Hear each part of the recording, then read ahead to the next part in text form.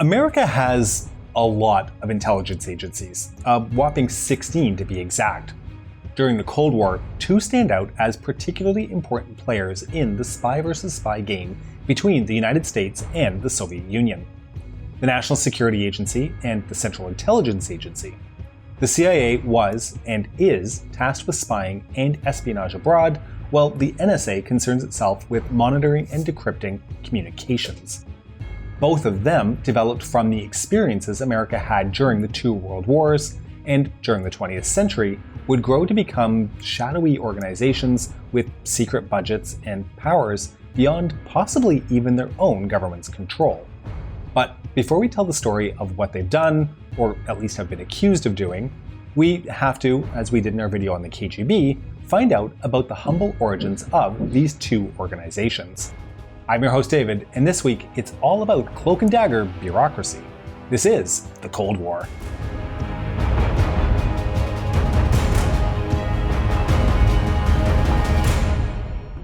All warfare is won and lost on intelligence. As long as countries have been competing for power, there have been spies to uncover and counter each other's plans.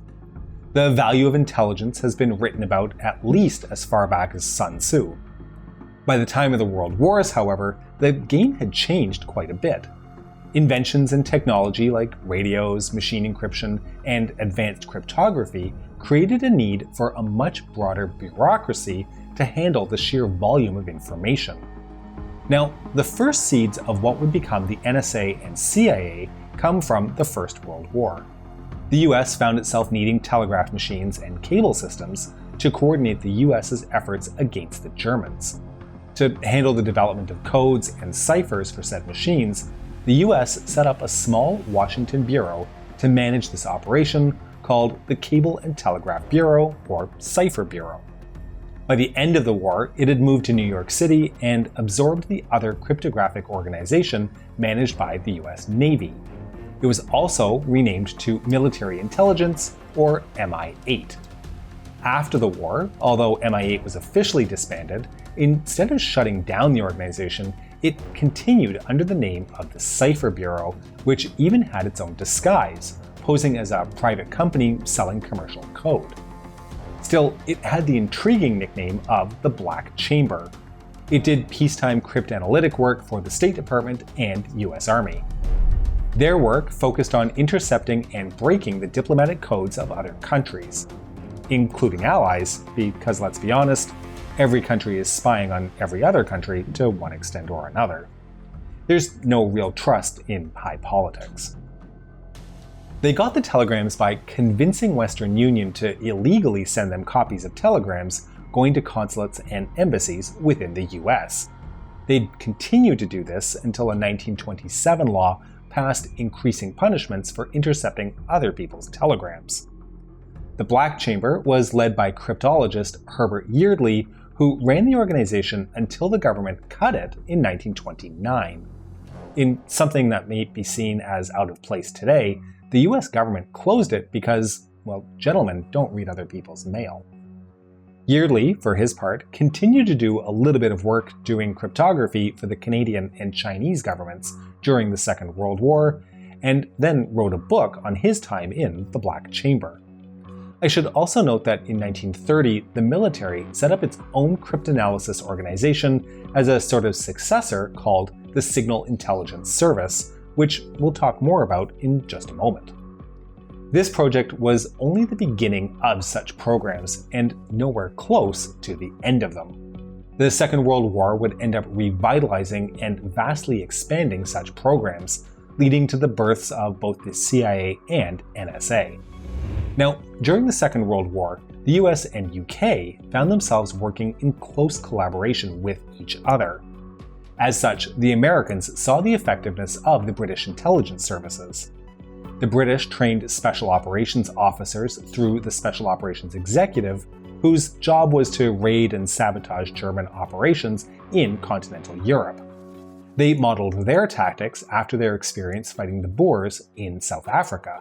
They would strike hard and fast and then disappear before the enemy could mount a response.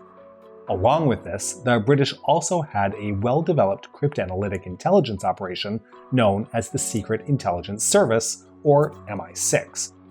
MI6 decoded enemy radio transmissions, collected information with aerial photography, and even worked on sowing disinformation to the enemy to confuse their spies. These two organizations inspired US President Franklin Roosevelt and prompted the US to make its own version. He signed into existence a new intelligence organization called the Office of Strategic Services, or OSS, in 1942. The OSS became a precious asset for the United States and the Allies during the war, figuring out how the German war effort functioned. When the Americans entered the European theater of the war, the OSS found allies and landing spots in North Africa for the US military to begin their invasion there. They also sabotaged infrastructure, spread anti-Nazi propaganda, and organized resistance fighters against both the Germans and Japanese. Many Cold War figures, like Ho Chi Minh and Mao Zedong, received arms and training for their soldiers from OSS operatives. Not to get too far ahead of ourselves, but the US does have an established track record of training and arming its future enemies. But I digress.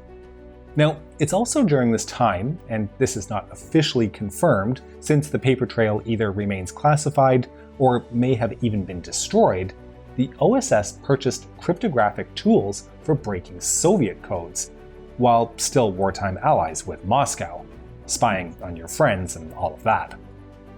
At the same time as this was going on, the Signal Intelligence Service continued to provide cryptanalysis for the Army, trying to decipher Axis communications, as well as train signal units for the battlefield.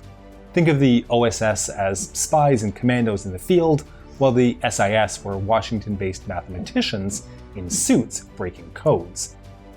Notably, about 70% of the SIS's staff were women. Included in these women would be future NSA Deputy Director and Japanese codecracker extraordinaire Anne Cara Christie. Her team's work uncovered the shipping codes of the Japanese Navy and wound up sinking 2/3 of their merchant marine. Like the SIS, they too began to intercept and try to crack Soviet codes, which would lead to the Venona project, which we've actually talked about in earlier videos, and we'll discuss more in the future. This Venona project exposed a network of Soviet spies across North America, including the collection of nuclear spies at Los Alamos. With the war's end in 1945, the OSS and SIS were both dissolved as organizations and absorbed into other bureaucracies. There was a major discussion in American military circles about how to organize the post-war armed forces.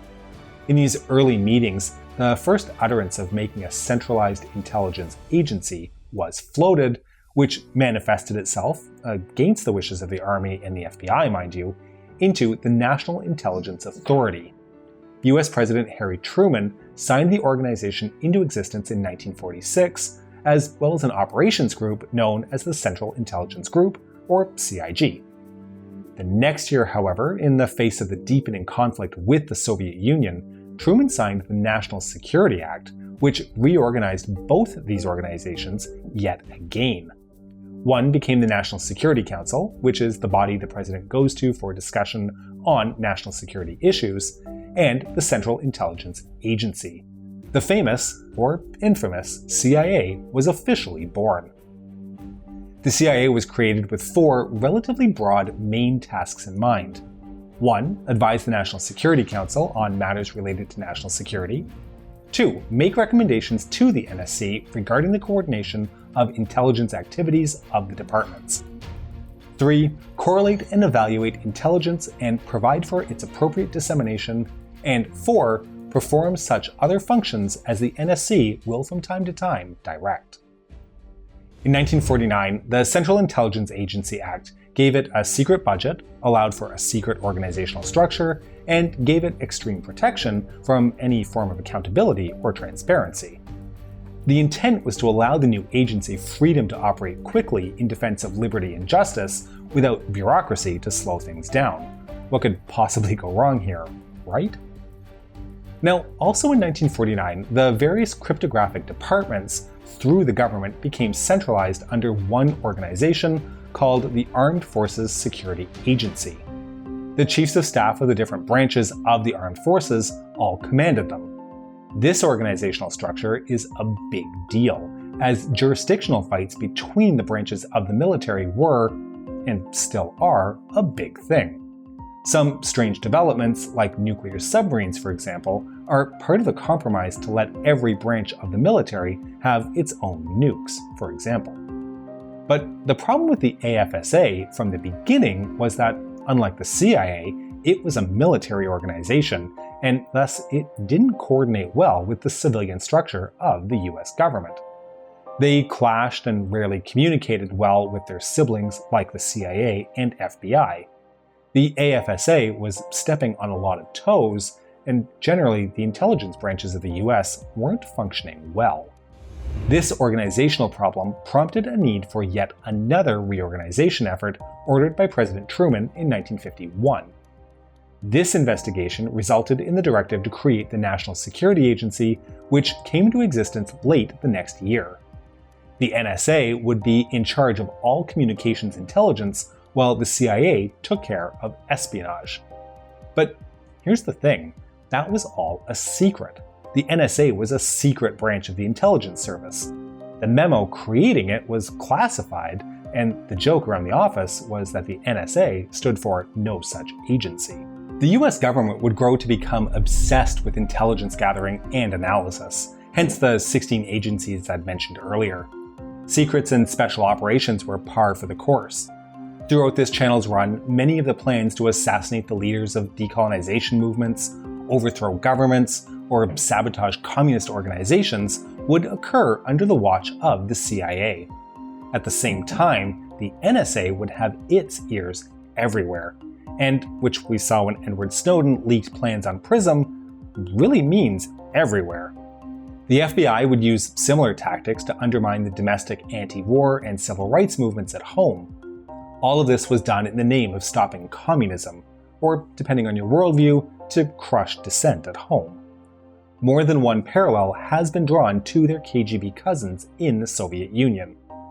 The Cold War would allow these intelligence agencies to grow into massive, almost unaccountable bureaucracies, which in some ways persist to this day. We hope you've enjoyed today's episode, and to make sure you don't miss all of our future episodes, please make sure you're subscribed to our channel and have wiretapped the bell button. We can be reached via email at thecoldwarchannel@gmail.com, and we're also active on Facebook and Instagram at The Cold War TV. If you enjoy our work, your financial support would be greatly appreciated via www.patreon.com/thecoldwar or through YouTube membership. This is The Cold War Channel, and don't forget, the trouble with the Cold War is that it doesn't take too long before it becomes heated.